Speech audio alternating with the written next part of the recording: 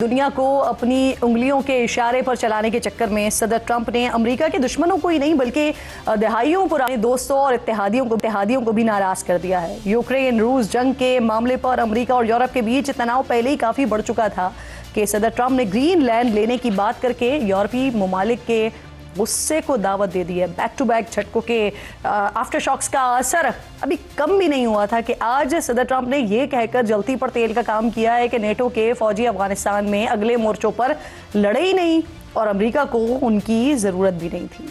अमरीकी सदर के नेटो अफवाज से मुतल्लिक बयान को बरतानवी वजीर आजम कीयर स्टारमर ने तौहीन आमेज और खौफनाक करार देते हुए कहा कि ये अल्फाज हलाक होने वाले नेटो फौजियों के प्यारों के लिए इंतहाई तकलीफ दह हैं। अफगानिस्तान में बरतानवी फौज में शामिल रहने वाले शहजादा हैरी ने भी सदर ट्रंप के बयान पर तनकीद करते हुए कहा कि इत्तेहादियों ने अफगानिस्तान में अमेरिका का भरपूर साथ दिया है। उन्होंने खुद अफगानिस्तान में खिदमात अंजाम दी और कुछ दोस्तों को खोया भी। व्हाइट हाउस के बयान में कहा गया है कि ट्रंप ठीक कह रहे हैं, नेटो में अमरीकी फौज का हिस्सा दीगर ममालिक के मुकाबले में ज्यादा है। अमेरिका नेटो का वो वाहिद पार्टनर है जो ग्रीनलैंड का तहफ़्फ़ुज़ कर सकता है और सदर ऐसा करके नेटो के मफादात को आगे बढ़ा रहे हैं।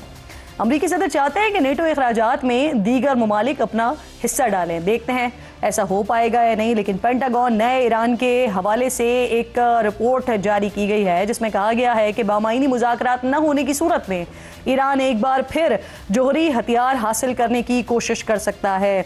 अमरीकी सदर भी बहरी बेड़ा ईरान की तरफ भेजने का ऐलान कर चुके हैं। तुर्क वजीर खारजा ने भी बताया है कि इसराइल ईरान पर हमले का मौका तलाश कर रहा है और इसी दौरान यूरोपीय एयरलाइंस की जानिब से इसराइल, सऊदी अरब और मुत्तहदा अरब इमारात के लिए परवाज़ें मुअत्तल की गई हैं, जो हालात की संगीनी की तरफ इशारा कर रहे हैं। ईरान ने भी वाज़ेह पैगाम दिया है कि अगर अमेरिका ने कार्रवाई की तो उसे मुकम्मल जंग तस्वुर किया जाएगा और जवाब सख्त तरीन होगा।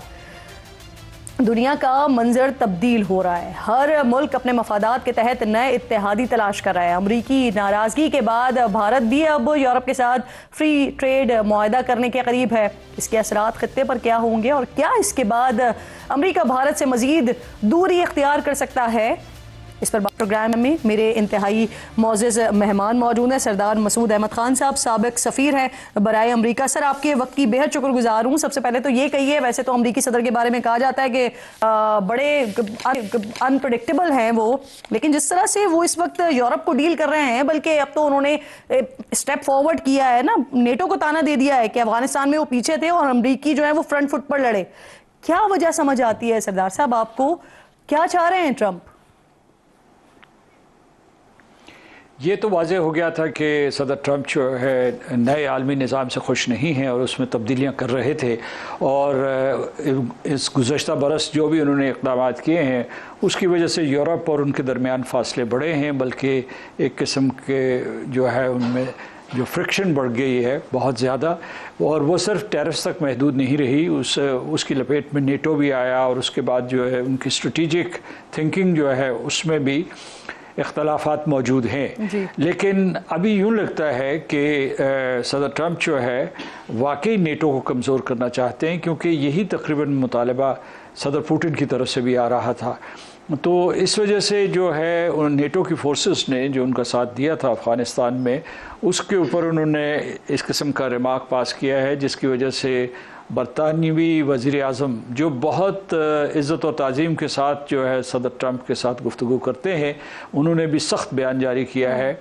और फिर उसके अलावा जो बाकी ममालिक हैं, कनाडा है, फ्रांस है, डेनमार्क है, और उन्होंने वो गिनवाए हैं वो जो लोग वहाँ अमेरिका के फ़ौजियों के साथ शरीक हुए थे और उनकी जो किलिंग्स हुई थी वहाँ, या जो उनकी जिसे हम शहादतें कहते हैं, उन्होंने वो गिनवाई हैं। मसलन 457 के करीब जो है वो सिर्फ बरतानिया के थे, इसी तरीके से कनाडा के कोई 150 के करीब थे, 90 के करीब फ्रांस के थे, और जो है डेनमार्क के कोई 44 के करीब है। तो ये आबादी के तनासब से तकरीबन अमेरिका के जो 2200 लोग मारे गए थे उनके बराबर ही हैं। और वो ये कहते हैं कि कभी वो जो है ऑफ द फ्रंट लाइन नहीं थे।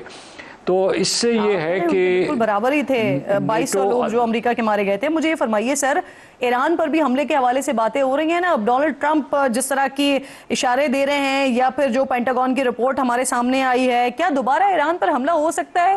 یا پھر جس طرح کے سٹیٹمنٹس ڈونلڈ ٹرمپ کی جانب سے آ رہے ہیں وہ صرف ایران کو پریشرائز کر کے مذاکرات کی ٹیبل پر لانا چاہ رہے ہیں؟ نہیں، ایسا نہیں. جنگ کی تیاری ہو چکی ہے دونوں طرف، اور بیانات بھی جاری کیے جا چکے ہیں، بڑے سخت بیانات جاری کیے گئے ہیں. کیونکہ آپ نے دیکھا ہوگا کہ صدر ٹرمپ نے ڈیواس میں یہ کہا کہ ہم ایران کو، یعنی ایران کی قیادت کو صفحہ ہستی سے مٹا دیں گے، بلکہ ایران کا بھی ذکر کیا ہے، یعنی ان کے موجودہ نظام کو. اور ادھر سے بھی بہت سخت بیان گیا ہے جو ایران کی طرف سے، اور جو اسلامک ریولوشنری گارڈز ہیں ان کے کمانڈرز جو ہیں انہوں نے بیان دیا ہے. ان کے جو کمانڈر ان چیف نے یہ کہا ہے کہ ہمارا جو ہے ٹریگر پہ ہاتھ ہے، یعنی اگر آپ ہمارے اوپر حملہ کریں گے تو ہم بھی دوبارہ جو ہے آپ کا جوابی حملہ کریں گے. تو حملے کی تیاری ہو چکی ہے. آپ نے سفارتکاری کا ذکر کیا، تو اس میں جو ہے امریکہ کی طرف سے سفارتکاری کے لیے جو شرائط بتائی گئی ہیں وہ بڑی حد تک ایران کے لیے ناقابل قبول ہیں. مثال کے طور پر 3 چیزیں ہیں بنیادی طور پر: ایران کا جوہری پروگرام، اس کے بعد اس کا میسائل پروگرام، اور تیسرا یہ ہے کہ ان کے جو حلیف گروہ ہیں، جو مثال کے طور پر حزب اللہ ہے، یا اس کے بعد شام میں ان کی پریزنس موجود ہے، یا ہوتھیز ہیں ان یمن، یہ امریکہ کی طرف سے مطالبہ ہے کہ ان کو ختم کر دیا جائے. اچھا، اس میں جو ہے جو جوہری پروگرام کے سلسلے میں تو امریکہ جو اس کے ساتھ یہ مذاکرات کے لیے تیار رہا ہے. ایران اس کی قیادت جو ہے، بلکہ پچھلی مرتبہ جو پچھلی جنگ سے پہلے جو ہے ان کے مذاکرات جاری تھے، اس وقت جو ہے امریکہ نے ان کو یک طرفہ طور پر معطل کیا تھا. لیکن یہ ہے کہ یہ جو خدشے کا اظہار ہے کہ ایران جو ہے دوبارہ سے جو ہے جنگی ہتھیار لے سکتا ہے، یا جوہری ہتھیار لے سکتا ہے، یہ کم از کم ان کی قیادت، جو ایران کی قیادت جو ہے اس کی نفی کرتی ہے. وہ کہتے ہیں کہ ہمارا کوئی اس قسم کا ارادہ نہیں ہے، لیکن جو وہ اپنا انریچمنٹ آف یورینیم اس کا حق نہیں چھوڑنا چاہتے، اور وہ یہ کہتے ہیں کہ اسے وہ پیسفل پرپسز کے لیے استعمال کریں گے. یہ بڑی امپورٹنٹ آپ بات کر رہے ہیں کہ دونوں طرف سے جنگ کی تیاری مکمل طور پر ہو چکی ہے. کیونکہ میں ایران کا بھی اگر اسٹیٹمنٹ دیکھ رہی ہوں تو وہ بھی بڑا سخت اسٹیٹمنٹ دے رہے ہیں کہ اگر ہم پر مسلط کی گئی جنگ یا جنگ کا آغاز کیا گیا تو جواب مزید سخت آئے گا، پہلے سے بھی زیادہ سخت ہوگا، وہ یہ کہہ رہے ہیں. اب سر ذرا پاکستان کے حوالے سے بھی، ڈپلومیسی کے بھی حوالے سے بات کر لیتے ہیں. بورڈ آف پیس کا پاکستان حصہ بنا. اب حکومت سے جب بات ہو رہی ہے تو حکومت یہ کہہ رہی ہے کہ ہمارے پاس ایک یہی آپشن موجود تھا کہ اسرائیل کو جو روک سکتا ہے وہ امریکہ ہے، تو وہاں پر جینوسائیڈ رکوانے کے لیے پاکستان نے یہ سٹیپ لیا ہے. جبکہ اپوزیشن ناراض ہے اس سے، وہ کہہ رہی ہے کہ اس سے فلسطین کا فائدہ نہیں ہوگا بلکہ مزید نقصان ہوگا. تو آپ کیسے دیکھ رہے ہیں اس اقدام کو جو پاکستان بورڈ آف پیس میں شامل ہوا ہے؟ دیکھیے، میں اسے بہت معروضی انداز میں دیکھ رہا ہوں کہ مارکہ حق کے بعد پاکستان اور امریکہ کے جس قسم کے تعلقات بڑھے اور اس میں جو گرم جوشی آئی، اور اس کے بعد جو ہے پھر جو ستمبر 2025 میں جو اقوام متحدہ کا اعلیٰ سطحی اجلاس تھا، اس میں 8 مسلم ممالک جس میں پاکستان شامل تھا، انہوں نے جا کے صدر ٹرمپ سے یہ اپیل کی تھی. کیونکہ صدر ٹرمپ اور ان کا جو وفد ہے وہاں سلامتی کونسل میں ویٹو پہ ویٹو کر رہا تھا غزہ کے بارے میں، تو اس وجہ سے اسرائیل محفوظ تھا. تو انہوں نے اپیل کی کہ آپ وہاں جنگ بندی کروائیں اور امریکہ اپنا کردار ادا کرے. میں نہیں سمجھتا کہ صرف ان 8 سربراہان کے کہنے سے انہوں نے ایسا کیا، کیونکہ صدر ٹرمپ پہلے سے تیاری کر رہے تھے، لیکن 20 نکاتی فارمولہ انہوں نے پیش کیا. اور پاکستان اس وقت تک ان تمام اسلامی ممالک کے ساتھ مل کر ایک قسم کا اس انیشیٹو کا سٹیک ہولڈر بن چکا تھا.